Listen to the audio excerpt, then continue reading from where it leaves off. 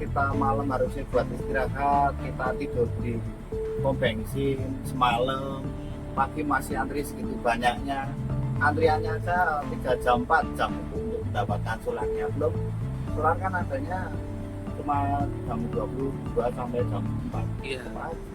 Kita mengeluh, kita selaku sopir merasakan, kalau bahasa orang Jawa, payah lah mas. Capek pokoknya.